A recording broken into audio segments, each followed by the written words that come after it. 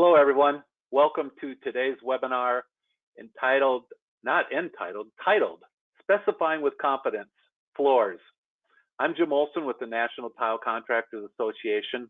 I want to welcome you and thank you for taking time out of your busy schedule to attend today's webinar sponsored by Schluter Systems. Before I introduce today's speaker, I want to remind you that during the webinar, you'll be muted. Please use the questions area on your computer to type in your questions, and we'll answer those questions at the end of this presentation. If the audio on your computer is poor, call the number on the invite to this webinar and listen on your phone. All NTCA webinars are available to watch at any time on the NTCA YouTube channel shortly after the webinars are presented, giving you easier access to watch and/or share all current and past programs at your convenience. All right, here we go. Today's presenter, Andy Acker, is Schluter Systems Director of Education, where he develops the education programs and is the lead presenter at the Innovation Workshops.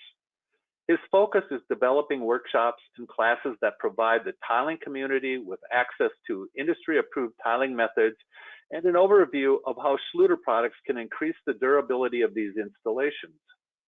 Before joining the company in 1997, Andy was a tile installer for 20 years with over half his experience as a California State C54 licensed tile contractor. Andy serves on the board of directors of the Ceramic Tile Education Foundation, CTEF. I want to welcome Andy. I'm looking forward to another great presentation, Andy. Thank you. All right, well, thank you very much, Jim. I'm really happy to be here. We participate on a couple of these every year. We get pretty good feedback about them from you folks, so hopefully you enjoy this next one. So as Jim said, that this is specifying confidence floors, so that must mean there's more to come, and there is. So stay tuned to other specifying with confidence types of programs where we will go into other areas that tile goes, namely a wet area. That could be a very interesting specifying with confidence, and take a look at those along with other types of installations and applications. So we'll have those going. So without further ado, Jim, I guess I'll just jump in here, huh? Perfect. Great. All right. Okay, let's see. How do I advance my slide?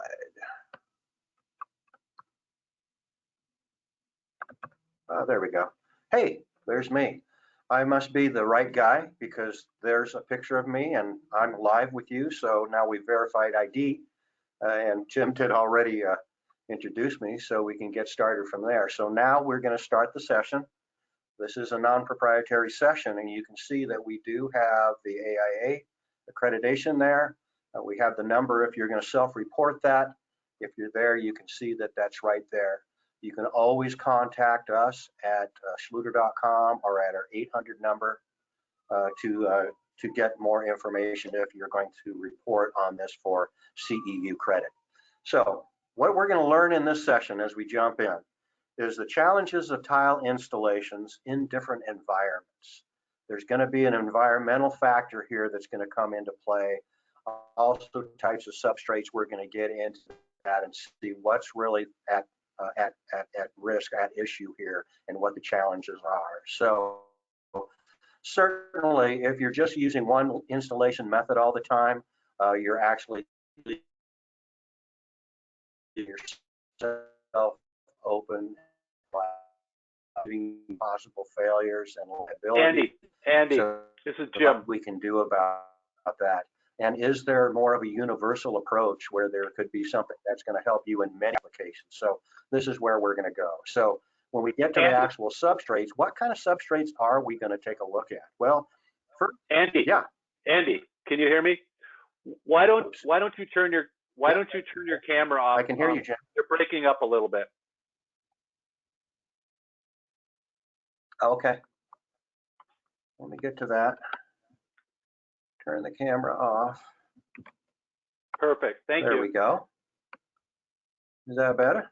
Okay. So As far as the substrates, the first thing we need to do when we look at these different substrates and these different tile types that we have are what do we, oh, now I've got myself not advancing.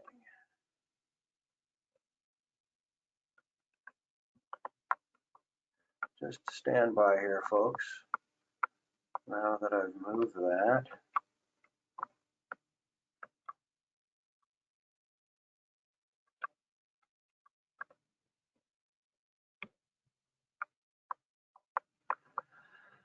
Oh my. Okay, here we go. Now we've got it. So when we look at the different substrates that we'll have, we'll look at those and see what kind of characteristics they have, and that is actually going to play a role. So the first thing you need to do is think of what kind of project are you doing? What type of project? What's the environment like? And we can take a look and see what we're going to what's going to be required based on what that environment is like. Is it residential? Is it some like a light commercial or institutional like you see here at school? Is a little more heavy duty like an airport, which would be similar to a school, or something like a power plant, which would need, you know, very stringent guidelines as far as the type of installation methods, the type of materials you would use to put those together. So one thing we need to look at is to actually look at the service requirements. Now, I was going to show you in the camera, but since I've turned it off, I will tell you that the Tile Council of North America has an installation handbook they put out every year.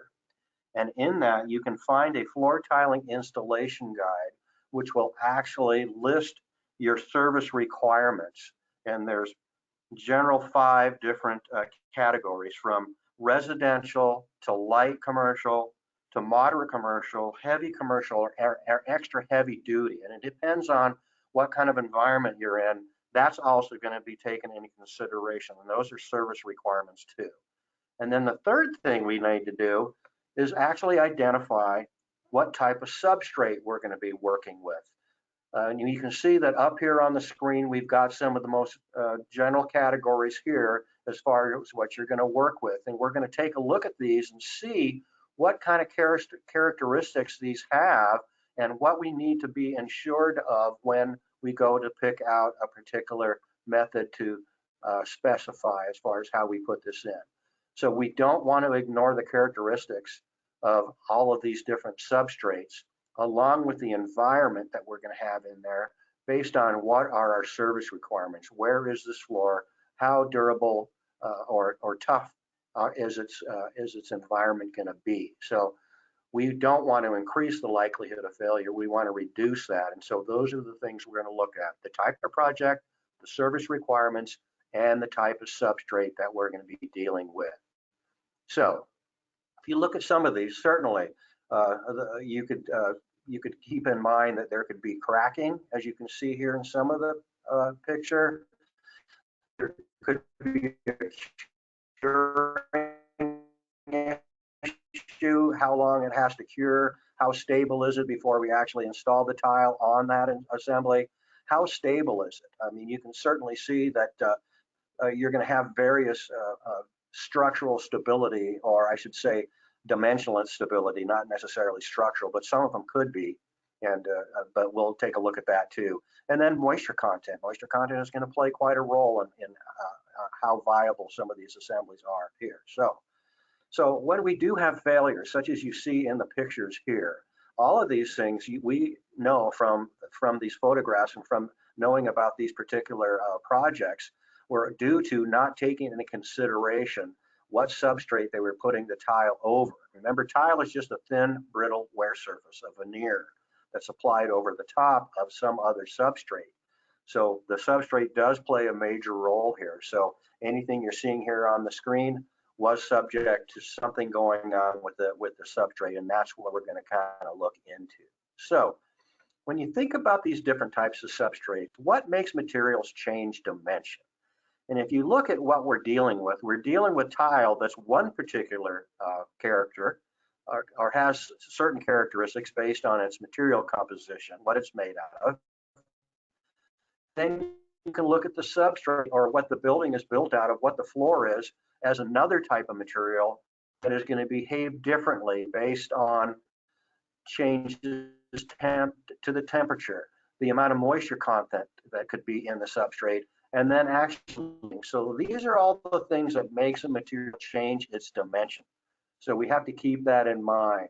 So when we have these different types of products that all change dimension at different rates and at different degrees, you can see that there's going to be some movement issues going in there, and that's the movement stress.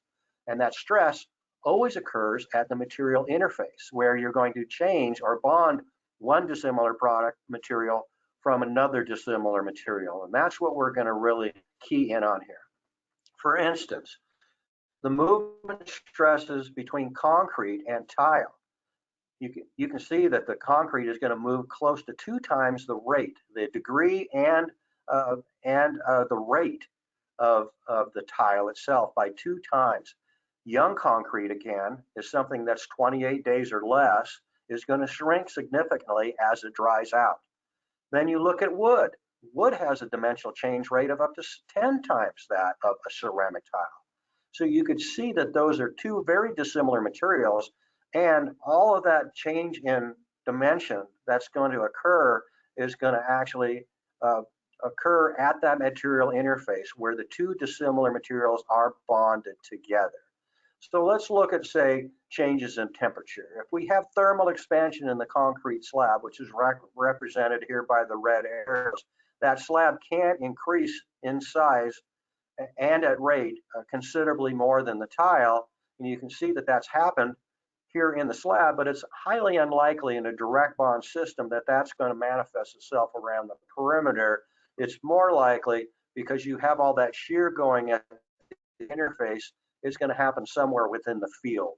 And so that's many times when you see a cracked grout line, not the grout cracking out, but extra space, extra real estate in between the tile that occurs, where you had the substrate expand at twice the rate as the tile itself in potentially. So we see these type of things. Here's a couple of photographs of what I was mentioning here, where you can see more real estate than it had when it was first installed and grouted. How about the concrete actually drying up and shrinking as it does through that cure process, and many times quite a lengthy time past the 28 days that we all recognize there. So can you imagine what's going to happen here when you have less real estate you had when you tiled and grouted? That's where you're going to get the buckling, when there's nowhere else for the tile to go but up. We'll talk about accommodation of movement a little bit later in this presentation. And here's a couple of examples of that happening here, where the tile had nowhere else to go, took it out on the grout lines first and pulverized the grout lines, but then needed more space, and you can see had to lift up off of the floor.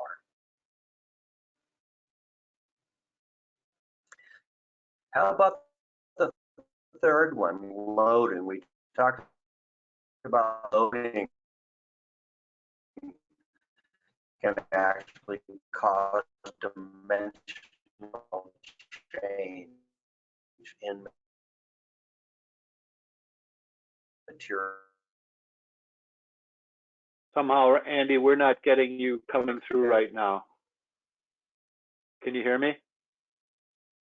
Load this floor mid. Andy, can you hear me?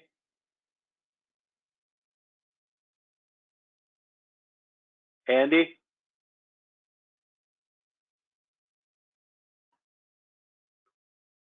Andy, we've lost you. Are you there?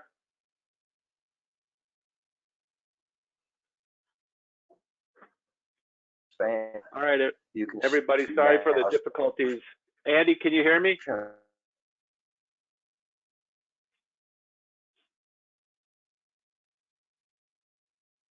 Andy?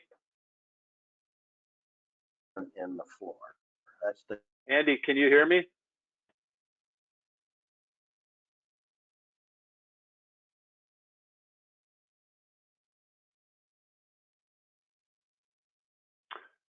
Attendees, I'm very sorry. Seems as though we've lost Andy, and I don't know how to get him back.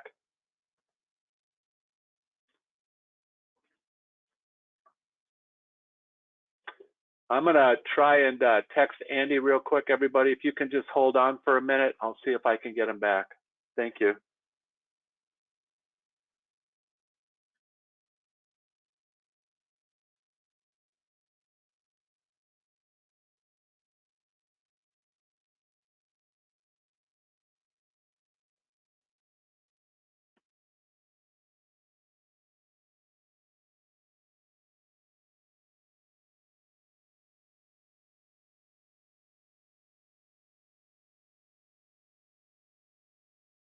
All right, everyone. I have texted Andy to see if he returns my text, and I guess it shows we are being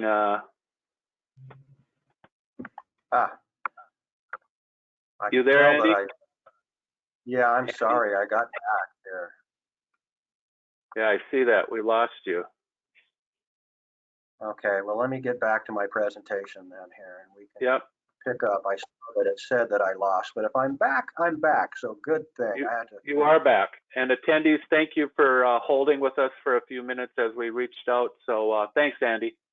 Yeah, I'm sorry, folks. I am in a hotel room here in Anaheim, California this week, and I did actually subscribe to the higher speed internet that's available here in the hotel, and hopefully that does it. So let's resume back to where I was told that I had a dialog box saying I lost connection. So we are talking about the shear that's created when you actually load or change moisture content or change temperature in the substrate, and the tile does not follow suit and change at the same rate, and that leads to the shear that's going on. And you can see the loading of the substrate here has caused that type of buckling too. So the key takeaways from this are you really need to look at the characteristics of each job. First, you look at the type of project you're going to have. Then you look at the service requirements that are required based on that environment. And then let's take a look at the substrate and the characteristics of the substrate. And each one of the substrates are unique as far as their dimension change or ability to change dimension. We actually call that dimensional instability. So I'm not talking about structural instability. We're just talking about the likelihood of a changing dimension. So that's where we were going with that. So let's look at installation considerations now. So you can see here we're looking at this. The Tile Council of North America has got a lot of good guidance. It's been around for quite some time. It does establish the best practices for tile installation in many environments over different types of substrates. They do a lot of independent research and product testing. They have a handbook they put out every year, and there's going to be a lot of good guidance in there to help you specify the right application or the right materials and methods of installation based on the application. So what you're looking at here on the screen has got all of the different installation methods that you can find in the handbook, but these also do have their own bit of requirements based on the installation method, and they could have some limitations based on some of the substrates or environments. So we want to take a look at that, and that's where we start to see some of the problems if they're not recognized. So you really do need to understand and recognize the challenges in each one of these installations, and we're going to go through some of those now. Now, one that's very, very popular out there is directly bonding tile over to concrete. And you can find this in your Tile Council of North America handbook as method F113. There are some requirements about here. The concrete has to be well cured and as dimensionally stable as possible, which means it's gone through a lot of its volume reduction from being wet to dry. It's dimensionally stable, which we also know can actually change due to seasonal environments or moisture content, different things involved. You do need a broom finish, and that's in order to allow for mechanical fastening of the tile via the bond coat, the thin set, if you will. Can't have any curing compounds on there that could be a potential bond breaker, and free of future cracks. Well, that's going to be a hard one to comply with, because we know it's not if concrete cracks, it's when. So we have to take a look at that type of thing. So actually, they do caution you that if you have a concrete that you anticipate movement in, such as a slab above grade or any kind of structural slab, that you should be very careful and cautious about doing something like that, and perhaps introduce a membrane, which we'll get to here shortly. but you can get an extra heavy rating, which is the highest rating you can get in the tile assembly. So keep that in mind that you do have that. Gypsum is another one that's very popular due to fire rating and sound control and being able to get the floor in within flatness requirements for large format tile, for instance. But again, you have to have these be very, very dry before you can start applying the membrane and or the primer, then the membrane, then the tile. You will be required to put a primer and a membrane on these, and you do need to protect these from ever getting wet again, because the gypsum can actually become very unstable dimensionally if it does get wet. So we have to protect it from that, which also means that we should not use these below grade over any type of concrete below grade. And you should actually look at the type of movement that you think you're going to anticipate here, and look and see what the Tile Council has to say, or a membrane manufacturer has to say about actually addressing these if you think you're going to get movement, which we kind of know we are now that we understand what makes materials change their dimension. So certainly if you have moisture transmission going on, this is not the material to use. So keep that in mind. And you can get a moderate commercial rating for these floors. How about crack isolation membranes? That's in the handbook. You can find that under F125. Another popular way to address if you have a crack. Again, you need to have a very well cured substrate, concrete. Has to be as dimensionally stable as possible. Got to have the broom finish, no curing compounds. But that doesn't help with future cracks if you're only going to use that over the existing cracks. So there is a detail showing full broadcast or full coverage of these type of membranes instead of just over the crack, like as we used to call them in the trade, the Band-Aid approach. So keep that in mind. Also, you have to take into consideration the type of movement you're going to have here with these. They can only handle so much movement. Keep that in mind, as membranes do have a limitation. They're not effective for preventing cracking, because you could get cracking down the road, and if you haven't taken that in consideration, you could still have the cracking have a adverse effect on your finished tile veneer. Also, they're for lateral movement, in-plane movement, not for out-of-plane movement, as you can imagine. And the service rating is going to vary by manufacturer based on how thick they're going to ask you to apply those in order to get certain crack bridging capabilities. So we really can't tell you what service rating is. It has to come from the manufacturer based on their thickness requirement. Unbonded mortar bed. Here's the old method that's been around for quite some time, tried and tested and true. This is a great way to put tile over certain substrates. If you're going to use natural stone over a dimensional slab or any kind of suspended slab, this and only membranes that we're going to look at shortly, called uncoupling membranes, those are the only methods that you can use to address natural stone over those slabs above grade or dimensional slabs. But even here, there's going to be a tremendous amount of extra height built in and weight into the structure itself. So keep that in mind. So also additional consideration for floors subject to movement. You can see here that this is unbonded mortar bed, which means it is not bonded to the substrate. You can see the cleavage membrane is going to be under the reinforced mortar bed, which allows for independent movement. You can get an extra heavy rating with this particular assembly if that is what you need. So even within the approaches that are recognized here in the tile industry, they can have limitations. They will have requirements. You're going to want to follow those closely by both the Tile Council book for standardization and the manufacturers that you're going to be utilizing. They could be difficult, and some of them are impossible to meet based on when you start reading the requirements that are there. And inappropriate specs, that can lead to failure. So you really shouldn't be just cutting and pasting one spec for all of these that you come across. Take into considerations, again, the type of project, the service requirement there, and the type of substrate you have. So this is where we're going to introduce uncoupling. And this is kind of timely, folks, because it's been years in the making, but uncoupling membranes are about to get their own standalone American National Standards Institute classification.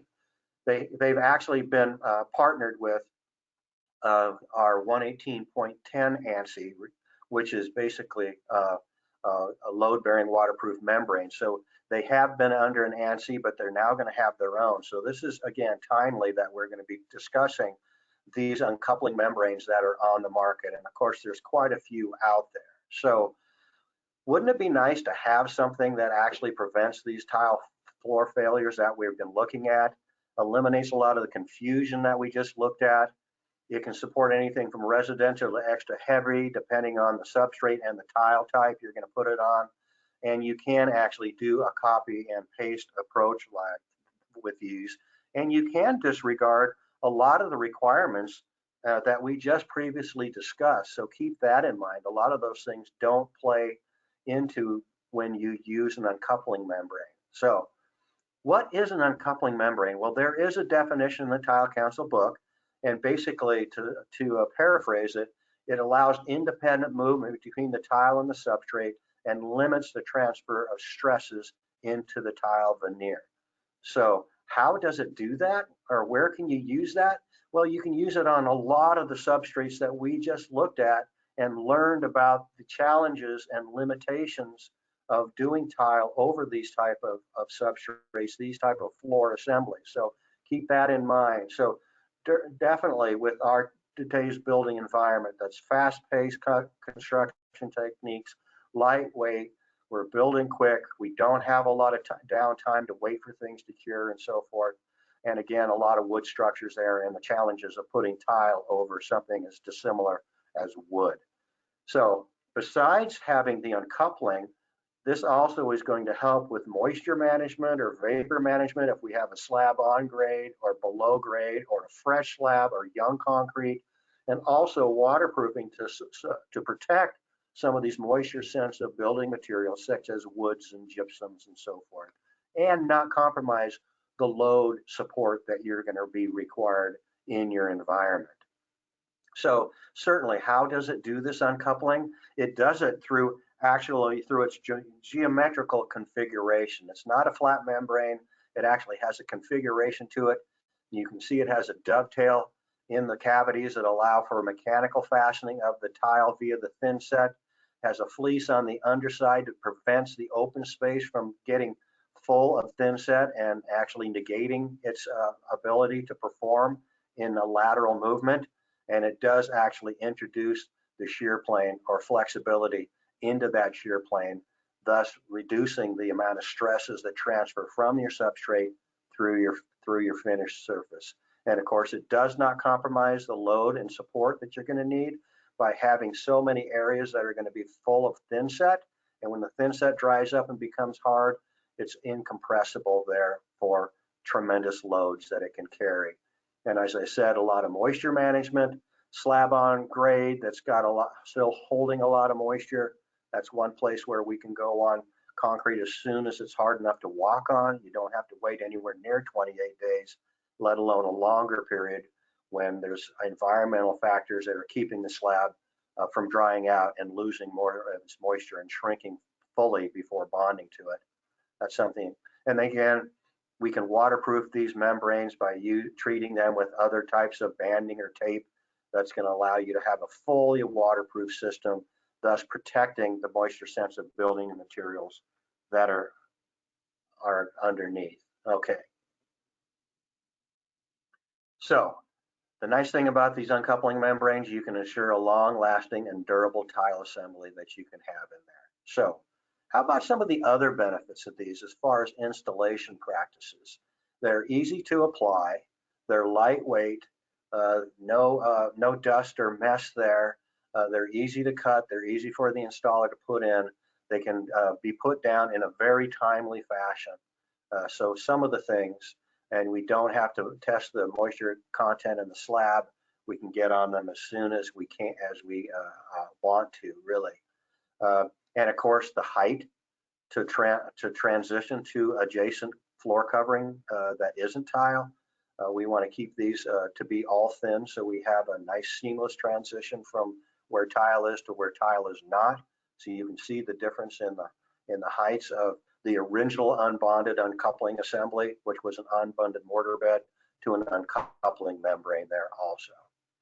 So some of the advantages here under unbonded mortar bed and membranes, you can see here in installation time, the assembly height, the overall weight that you're going to add to the structure, and then other considerations that you could have actually on the job site there. Another thing we should look at is crack isolation membranes. Now, there's been a number of terminologies in the past that you could use for crack isos, but they used to be called crack bridging or crack suppression or anti-fracture membranes, but now the one term that they all fall under that's utilized now is crack isolation membranes. CIMs is what we're looking at. So there's different ways to achieve this, either by a sheet or by a liquid applied. So something to take into consideration when you use one of these things, based on the manufacturer's installation instructions and the standards in the Tile Council book, is that they should bridge over the crack that you're trying to address, but then they have to go past the actual tile, somewhere between one tile to up to 3 tiles past the crack in order to really achieve crack bridging capability. And then since you're just moving the movement over to the next available grout line, those should either have a soft joint on one side or sometimes potentially both sides of the tile that are either bridging the crack or actually half on the membrane and half off the membrane. So as far as the use of those, they get their performance solely through their material composition, where a uncoupling membrane that has a configuration gets that performance through that configuration. So you have elasticity. In the other, you have free spaces, how they actually perform. Vapor management, you'll have to see that the sheet applied or the liquid applied need to have a very dry surface, and they can't take a whole lot of moisture content because of the alkalinity there, but there's no problem, and you do get vapor management out of a configured membrane. Yes, you can go on it as soon as the concrete's hard enough to walk on it and accept the weight of the tile and the installer. And again, if they do get stretched out and actually stretched, they're going to lose their thickness, and that can compromise the tile and the ability to support the tile under load. So keep that in mind. So when we look at direct bonding, crack isolation membrane, an unbonded mortar bed, and then configured membranes, you can see that there's advantage there in regards to its ability to prevent cracks, from the waterproofing aspect, from vapor management, which can really happen a lot of places now with concrete, and then of course the warranty. But you shouldn't just rely on just an uncoupling membrane to accommodate all the movement. Actually, what the uncoupling membrane does, along with so many membranes, it really is helping the relationship between the tile and the substrate it's directly over. But you should still have something in there to accommodate the tile's own dimensional instability that it can have. And you can see if you don't do this type of application, what could happen. This is a video that's been out for quite some time, and you can see the tile is directly bonded. The tile has gone through quite a bit of loading, and I would imagine that this concrete slab has done some considerable shrinking after the tile was bonded and grouted, and you can see there's nowhere for the tile to go but up. And you might say, well, maybe the tile wasn't bonded very well, didn't have a very tenacious bond. That could be the case, but the more tenacious bond, the more violently the tile actually comes off of that thing. So keep that in mind when you look at these type of applications. All right. So not just the uncoupling alone, but with movement joints provided at the right locations and frequencies are going to help you not only with the relationship between dissimilar materials such as the tile veneer and the substrate below, which we just looked at, but also to accommodate the tile either wanting to maintain its dimension when the substrate's getting smaller, or the tile actually changing dimension and expanding, or maybe a combination of those. So you should be looking at not only an uncoupling membrane, but also providing movement joints at certain locations and frequencies. And we'll take a look at those. You can see a couple of places, certainly somewhere in the field if your fields are large enough, and of course around the perimeter of all floors with either a movement joint or just open space that allows for accommodation of movement that would be covered with some sort of base, for instance. So there are surface expansion joints and joint profiles that are on the market. There's several of them out there, and they all have specific applications depending on exactly what you're trying to achieve. That's why you'll find that there's a lot of them on the market, but you're going to have to select and get guidance from the manufacturers of these to help you select the proper one based on where you're going to put it and what it's going to do. So where? As the tiles get larger and the grout lines get smaller, this is something we find is going to be of greater importance, because we still have the net amount of dimensional change within substrates and tiles, but now the tiles are bigger and there's very small grout lines to accommodate that type. And as the amount of tile gets bigger, it's a cumulative factor of the floor shrinking or expanding, or the tile wanting to maintain its dimension or expanding. And then, of course, engineered floors with greater spans are going to have a lot more movement within them, and we're going to want to bring them into greater or more frequent than they have been, well, on floors that don't have the greater span, where you're not going to have as much movement and deflection. So these are some places that you should be considering putting these in and having these specified, where there's an expansion joint, which is truly accommodating not only in plane, but out of plane movement between those two sides of that floor. Construction joint that could be pinned together with, say, a rebar or not, so you don't know, so you should be taking that in consideration. And then a control joint where you would have some sort of reinforcement in the concrete going throughout, but you have a tooled or a saw cut type of a joint where you have something called a control joint. You're trying to control where the crackings are going to occur.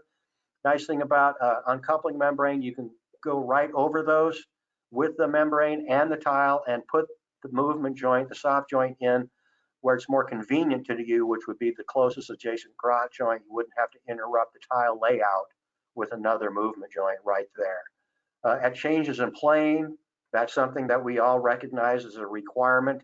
If you're going to have an angle like this, a 90-degree angle between a floor and wall, or an inside corner vertical, that's also a place where you should be looking at introducing or accommodate differential in movement. The Tile Council actually has a location and frequency guideline in their book. It's called EJ 171. You can see that they have movement joint guidelines as far as location and frequencies, depending on whether it's interior or exterior or direct sunlight or moisture. And we already looked to see that those are two of the things that make materials change dimension, is change in temperature or changes in moisture content. So you can see there that you have to have them at a greater frequency if you have moisture or sunlight, but it's still interior. And of course, above ground, where there's going to be dimensional change and a lot of movement, we do need them at a greater frequency there too. So something about thin set mortars, just to throw this in there. If you are using membranes, you should make certain that the thin set that you're using on top of these membranes is compatible with membranes, because you're going to find a membrane introduced in these environments will actually prolong the wet time or curing time of your bond coat that you're using to bond the tile to the membrane. Therefore, make sure that you have one that actually is compatible with the membranes. As far as the time element, the installer has to wait after installation before being able to walk on the floor and grout it. So keep that in consideration. So the key takeaways here were that you can see that an uncoupling membrane isolates stresses and can actually give you the ability for many functions and actually be able to cut and paste pretty readily out of your master spec on many of these environments, a lot of these substrates, and actually meet your service requirements there. But also keeping in consideration the need for movement joints and specifying movement joints at the right locations and the right frequencies based on the size of the tile, the expanse of the tile, and the type of substrate you have and the kind of a movement that you anticipated having in that floor. So keep that in mind, and then make certain that you have a compatible type of bond coat that's going to work with these membranes, because the membrane is impervious and will actually hold the water and require that the thin set either be manufactured to specifications to still dry out in a timely fashion, or you will have a longer wait time before being able to walk on it. So keep that in mind. So when specifying tile, There's many job variables that exist. Inappropriate specifications can lead to failure, so understand the requirements, understand the limitations of various types of methods and materials, and address those. Keep that in mind. But you can find that the uncoupling membrane, which again is about to be voted on, Jim, you can verify that when you pop back in here, is going to be voted on here pretty quick. I don't know if that's going to happen at TSP coming up next month or at one of the meetings where that team meets and does voting. But it could be a universal underlayment for many of your applications. Could be a one-size-fit approach for much of what you're doing, and can take a lot of the guesswork and mystery out of specifying. And paired with the movement joints and the right thin sets, you can have a long listing and durable installation that you can really stand behind. So that's the end of the actual presentation. But I will tell you that you can get commercial support from this particular manufacturer, Schluter Systems, and we do have other ways to support you there with the Spec Wizard and the BIM, that type of content. Again, there's the program number, and I do want to thank you for your time and your attention. I'm sorry we had a little bit of a glitch in the system, but hopefully we're fairly stable and that you were able to see this. I hope I picked up where we had lost our signal. So again, thank you very much. So I'll have Jim join us, and maybe we have some questions that need to be answered. Andy, great job. Even with a little bit of technical difficulty, you powered through and did a great job. A lot of great information. We do have a couple questions here. So the first one is, do uncoupling membranes work with natural stone over a wood substrate? And are there any requirements of the wood thickness or joist spacing for that? That's a great question. And it isn't only uncoupling membranes, it's any underlayment that you're going to be using over wood in regards to natural stone. They all require that you use a double plywood or structural panel system before any tile underlayment is introduced when you have natural stone. And it has to do with the movement at the seams of the subfloor panel. So when you put an additional layer structural panel over the original one, you're only going to mechanically fasten that to the original panel, not to the joist, not to the framework, and you're actually going to stagger the joints between the two different layers, which is going to accommodate and move that stress out from being directly over the joist, for instance, and out into the quarter point between the two joists where the movement or the amount of flexibility is at its minimum. So that's a great question. It's the same with concrete backer units, for instance, or any of the uncoupling membranes that are on the market. They all require, with natural stone, a double floor system. And I could actually add to that and say, although when you have structural slabs like post-tension concrete or pre-stressed concrete panels that you have, and you're asked to be putting natural stone over there, there's only two ways you can do that. The original unbonded reinforced mortar bed, the old mud job, or uncoupling membranes, and check with your manufacturer of your coupling membrane on their recommendations for natural stone over structural slabs. So just to recap, you can find all that information in the TCNA handbook, or never hesitate to call your manufacturer of the products and ask them for their recommendations. Any manufacturer's recommendations always supersede the TCNA, our industry methods and standards. So definitely check with your manufacturer's technical team, and definitely check the TCNA handbook. Good answer. Another one on uncoupling, and before we go there, yes, there will be a vote at ANSI. It will either be before or at coverings, but I know it is coming up, so that's great. Okay. All right. Coverings next year, not total solutions. Okay. Yeah, not total solutions. There won't be an ANSI meeting there this year. So the next one, it's uncoupling membranes again. And do they meet ANSI A118.12 requirements? 1.2 is crack isolation membrane, and they do actually meet many of those requirements, although not tested for that ASTM, for that ANSI, they actually fall under 118.10, which is load-bearing bonded waterproof membranes. So that's why there's been a work group for, gee, Jim, you can probably know better than I how many years this work group has been working so that we will have our own standalone ANSI 118 point. I'm guessing it will be 118 point something. I don't even know the designation number yet, but yeah, it will. Right. But right now it's coupled with 118.10 and not 12, because 12 was for crack isolation membrane, and that was brought out in 2003. And then the ANSI installation method for those was in 2005. And Jim, I don't know if you know the numbers that good. I don't, but it was a couple of years after that that we actually got our first detail in the Tile Council Handbook using a crack ISO. So that was a separate designation that happened back then. And what is going on is ANSI A108 has been completely rewritten, and that will be voted on actually at the same time, I believe, at coverings. And next year you will see all these new changes, and really you'll find that the ANSI A108 is going to be A118 and A108 and all will be much easier to read and understand. So that'll be great.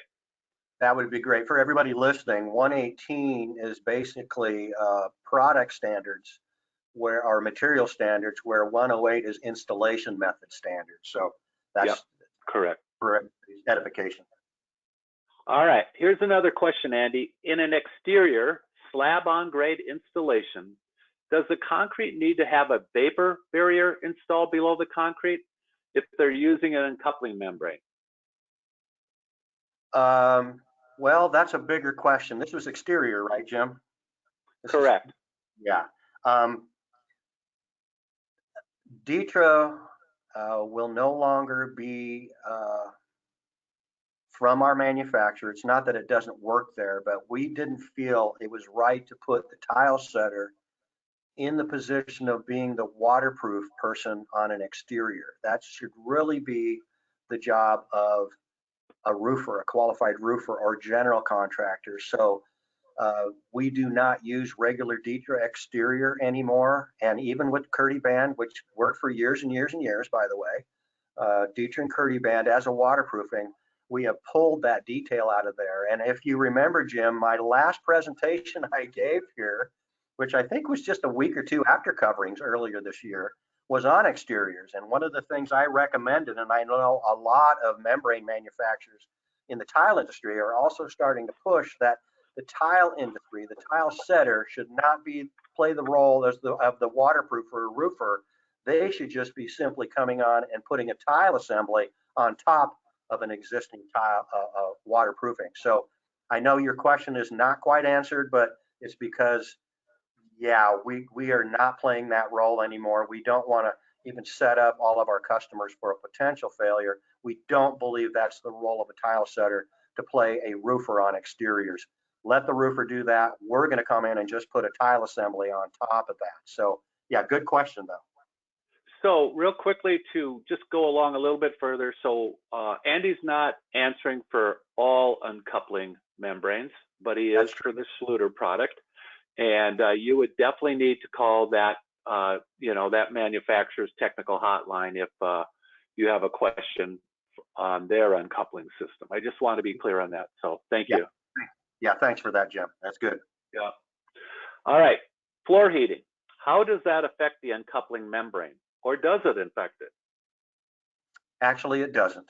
Whether you use a floor in-floor heating system and then cover it with an uncoupling membrane, or you use an uncoupling membrane, which is very popular out there, that actually accommodates the cable and holds the cable in place, and you bond over the top, neither one of them is mal-affected by the heating. Now, I would caution you one thing. You should really be asking your thin set manufacturer and in turn your grout manufacturer for the amount of cure time required of those products before you turn the floor on and start generating heat. But no, it doesn't have any effect on the membrane for in-floor heat. Great. So along with in-floor heating, we're going to talk about uncoupling over a radiant floor heated with glycol or water. Is there heat loss using a mat over direct bond or any other considerations? Actually, there isn't. We've actually done some heat testing and heat transfer, which is, your radiant value, your R, and we find that there's still so many footprints in uncoupling membranes that do support the tile under load and that do actually touch the substrate that's generating heat and come up into the tile through the bond coat that no. If anything, what we find is that instead of having the heat striping that will occur in the floor where you get the warmest part of a floor directly over the tubing and then it starts to cool a bit and then warm back up as it goes over to the next tube, we actually even out the thermal striping that occurs in those hydronic type of heating systems. Excellent. All right, we're going to talk about liquid membrane here. And the question is, can a liquid membrane substitute the uncoupling and crack membranes? Well, an uncoupling membrane is a little bit of a different animal, as I had in my presentation, but they are two different approaches, and you're really going to have to weigh which one you need or want depending on the application. So again, one's 1812, the other's 1810, about to be 118 something, I don't know yet, but they will have a different approach where one, a crack isolation, actually addresses minor in-plane substrate movement, where an uncoupling membrane limits the transfer of stresses through a configured membrane. So two different approaches, a little bit of a different animal. You could actually argue that there is overlap as far as their ability to actually prevent a crack from coming through and having an adverse effect on your finished veneer. You could certainly say it would. But again, you're going to have to weigh the pros and cons of both of them. What's the application? Do you need it over the entire floor, or can you just do it over the cracks? Which, bear in mind that if another crack occurs somewhere else, that it won't be there. And then again, you have to have those travel quite a bit farther past the crack, and you need soft joints in various locations. So weigh all those things against a full spread or full broadcast uncoupling membrane, which you would put over the entire floor. So pros and cons on both of them, depending on what you're doing. Great. All right. Will the Schluter Ditra work with a 20-millimeter porcelain paver on a concrete pool deck? And if so, is there any other thin set suitable for installing these pavers on the Ditra aside from the Schluter all set? Wow, they're getting very specific with those. Again, we have stopped recommending our regular Ditra on any exterior applications. So I would recommend that you look at another product called Ditra Drain, which isn't a waterproofing, but still uncoupling, which does allow that type of moisture content that can get into those types of materials that they can actually get out through the easiest and course of least resistance and keep the overall assembly dry, which would actually greatly reduce your risk of efflorescence, which is moisture trapped in, coming back up to the surface and bringing binding salts, calciums, free limes, that type of stuff with it. Then the water evaporates, leaving those calciums and limes on the surface, which is unsightly. It really doesn't cause a failure, but nonetheless is unsightly, and consumers are concerned. So yeah, I would actually go into something like a Ditra Drain, which is actually going to allow the water to get out of the assembly, allow airspace underneath there to help ventilate and dry it quicker. But certainly our thin sets are compatible in various locations there. We would have to look at that on each job and see where you're doing the job, what climate. That's another thing I recommended, Jim, if you remember back to our to my presentation on exteriors, that I think the tile industry on a whole should take into consideration, like United States Department of Agricultural climate zones in regards to what kind of plants and stuff you can plant in various regions of the country based on the climates and cold. That's something the tile industry should be looking at and having different recommendations. You can imagine there would be more lenient recommendations in Texas and Florida than there would be, say, up in Minnesota or Michigan, right? So that was another one of the themes of my presentation last spring, was to keep that in mind. So yeah, you could actually do that application around a pool deck with the type of tile you said, but we would want to actually partner with you and help you spec that one as you go forward. That's a really good answer. And the last thing that we have here, Andy, is a correction of me. The ANSI A108.01 and .02 are the two sections that have been rewritten and waiting for approval by the ANSI committee. So sorry, it wasn't 118. My mistake. So. Oh, I thought you said 108. Okay, that's good. Yeah, I did say it, but I said 118 first, and then I went, no, 108, but I just want to be clear. So, okay, very good. Andy, I just want to say you did a great job. You powered through the little bit of technical problems we had, gave a lot of great information. I want to thank every single person that's here for being here and taking the time to get a little more education. We really thank you and appreciate it. Please look for our next webinar, which will be October 18th, and we'll be sending out invites here soon in the next week or so. So thanks, everybody. Enjoy your fall, and hope to see you soon. Andy, great job. Thank you. Okay, thank you very much, Jim, for hosting this, and thank you all for attending this. Appreciate it. All right. Bye, everyone. Bye-bye.